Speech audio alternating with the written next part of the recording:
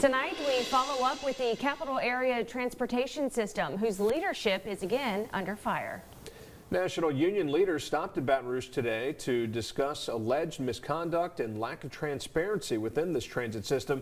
NBC Local 33's Abby Rocha has the story. Back in March, CATS CEO Bill DeVille said the transit system is taking extra measures to keep people safe and buses clean. All our buses are being cleaned and detailed.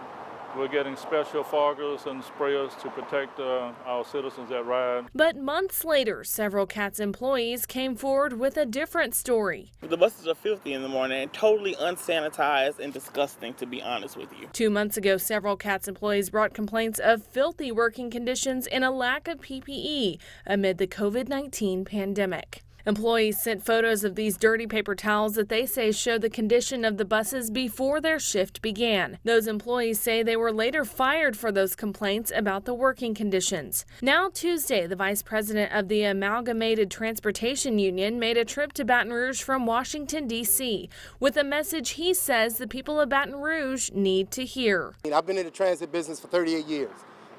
This is the worst run system I've seen. It's like a daycare center.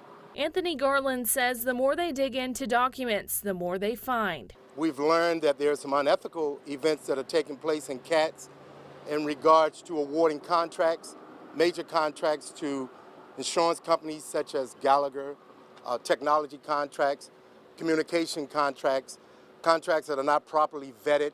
He also claims the HR department is incompetent, leaving current employees with no one to go to if they experience any issues. There's so much turmoil in HR, they don't know what their job is. There's an outside attorney that they've turned all of their duties over to. They're fighting their own HR department. There's turmoil in CATS, and the leadership on the board needs to look into what's going on here. Garland is now calling for immediate action against CATS leadership. We're here today to ask that Bill DeVille be terminated, Dwana Williams be terminated, as well as Polina Thomas. Garland says he will continue to work to put pressure on the CATS board to investigate these claims. Abby Rocha, NBC Local 33 News. And we did reach out to CATS for official comment after today's news conference. A spokesperson with the organization says they will not have any comments on personnel matters.